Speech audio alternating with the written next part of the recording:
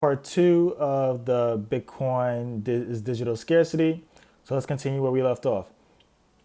As always, human players were quick to find patterns that could be exploited. To gain the maximum benefit from exploiting these patterns, many players used macros and scripts to automate what would otherwise be tedious tasks. For example, players would automate the production of goods that netted a laudable profit when sold to NPCs, enabling them to earn money while they slept. And since NPCs would buy anything as long as they had money, players were able to earn more money more easily than the game designers had anticipated, thanks to human ingenuity and automation. To prevent this overproduction, the game designers interfered by limiting the number of items an NPC would buy per hour. Of course, this had some unintended consequences, one of which is described in SimSim's 1999 research paper. In order to facilitate these shopkeeper changes, the AI, which required the shopkeepers to keep a positive cash flow, had to be abandoned. Shopkeepers now effectively print gold in order to pay for the useless goods which are being created by the manufacturers. Sound familiar? As history shows and this example illustrates, planning an economy, virtual or not, is an impossible task.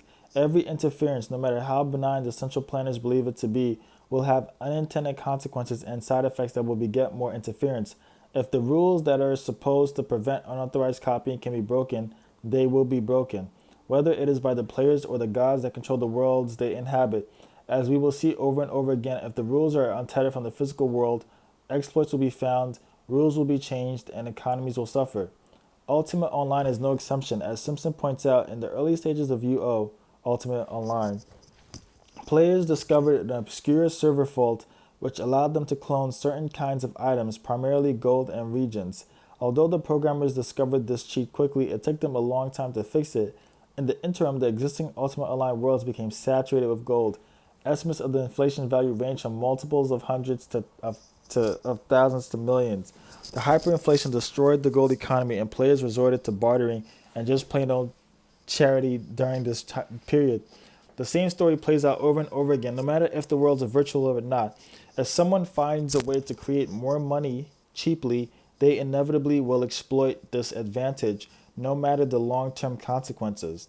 As we shall see, this is also true if the money emerges naturally in the first place.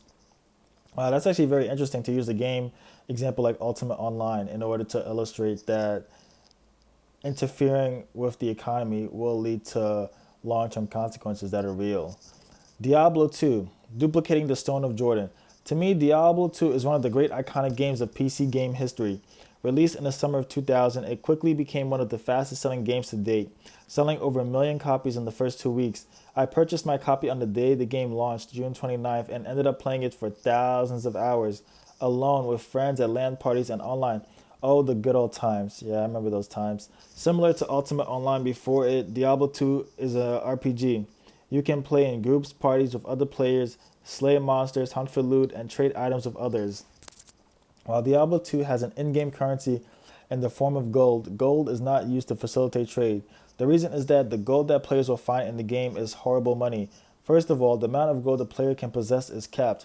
Your character can only carry 10,000 gold per level, and your stash, basically your treasure chest, can only hold between 50,000 and 2.5 million gold, also depending on your level. Second of all, every time you die, a certain percentage of your gold will disappear. This death penalty will cost you up to 20% of your gold. No matter where you store it, it simply vanishes, removing it from itself from circulation. And third of all, gold is not particularly scarce. You will find it everywhere, and every NPC vendor will gladly buy whatever junk you have and give you gold for it. All these peculiar properties make Diablo's in-game gold horrible money. Consequently, a natural de facto money emerged, the Stone of Jordan. Ring, require level 29 to all skill levels, increase maximum amount of 26%, poison resist 33%, adds 1 to 2 lightning damage, 20 to mana. Okay, cool. The Stone of Jordan, or SOJ for short, was one of the unique, very rare rings in the game. While it had desirable properties in and of itself, most players didn't use it as an item to be equipped, but as a currency to facilitate trade. The Stone of Jordan was small and rare, which made it portable and valuable. Using up only one slot in a player's inventory, many players had dozens of Stones of Jordans in their stash to be used for trading. Prices emerged naturally. Most desirable weapons, which usually belong to the unique or set class, traded for single-digit amounts of Stone of Jordans. Wow.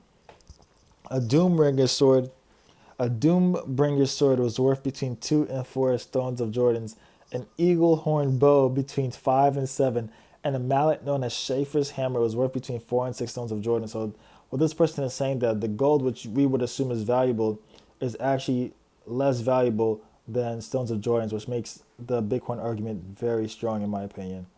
Any item that was worth less than a single stone of Jordan was traded for one or more perfect skulls, another de facto currency that emerged naturally. In essence, the perfect skull was the $1 bill of the game, and the stone of Jordan was the $5 bill of the game.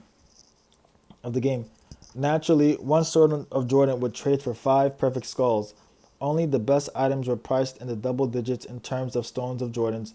One example would be the Wind Force bow that, coincidentally, my beau Azam was lucky enough to hold in her hands. It was traded for around 40 stones of Jordans. The stone of Jordan eventually lost its role as the de facto money in Diablo 2. As with all obsolete money, its eventual downfall was that people found a way to make more of it cheaply. Inflation began gradually. Since the Stone of Jordan was such a valuable item, players began to farm it as best as they could. They found all kinds of ingenious ways to make it drop more often, inflating the supply over time.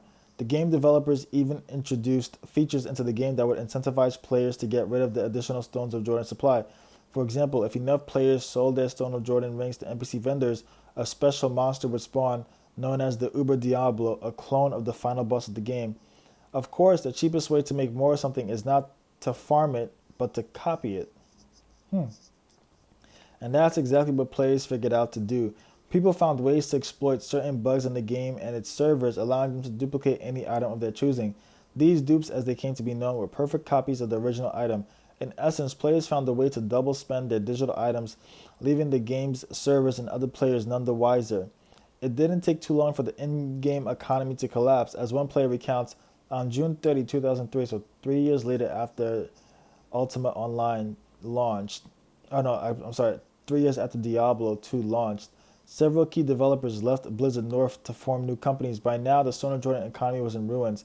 I remember well the day when it all collapsed. Prices had been inflating ever so slightly for several weeks, and when I logged on that morning to do business as usual, the trade channel was in a state of chaos. Wow, storm shields were going for 20 stones of Jordans. Other high-value items were impossible to obtain. The heydays were over, and everyone knew it. The once busy trade channels would slowly fade to silence. Eventually, the game developers were able to get a handle on the situation. Most of the bugs that allowed for this duplication to happen were fixed, and systems were put in place to identify dupes and destroy them. Of course, this destructive process wreaked even more havoc on the whole economy, at least in the short term. Many players did not know if their items were dupes or not, so imagine waking up one day to see that half of your possessions simply vanished overnight. Over time, other forms of money emerged. The expansion pack Lord of Destruction introduced rune words into the game, and with the duping brought somewhat under control, the runes that were the atomic components of these words eventually became the new de facto money. They share all the monetary properties that the Stone of Jordan had, and additionally they varied in rarity. This led to runes effectively becoming the $1, $5, $10, $20, and $50 notes of the game. With the release of Diablo 3 in 2012, the legend of the Stone of Jordan lived on. As a nod to its monetary use in the previous incarnation of the game series, the developers added the following sentence to the lore surrounding the ring. The Stone of Jordan is far more valuable than its appearance would suggest. Men have given much to possess it. Once people home in on one form of money, they do indeed go through great pains to gather more of the precious good. What's true for gold and diamonds in meat space is also true for stones of Jordan and other rare items in cyberspace. As we shall see, this is also true for artificially scarce goods such as designer clothes and other luxury items. It's very true about designer clothes. I remember Louis Vuitton MH, the founder Arnaud, he said that luxury items have luxury margins. Okay, continuing. Second Life. Linden Labs interventionism, launched in 2003, the virtual world of Second Life quickly became an economic phenomenon. Second Life differs from the games mentioned previously since it isn't necessarily a game in the first place. You don't hunt monsters and go on quests. You are simply a resident of a virtual world. It is an alternative place to meet and do things, a world where you can be anything and anyone you want to be. In other words, it is an opportunity to start a second life. So we will stop here and we'll continue on again in part 3.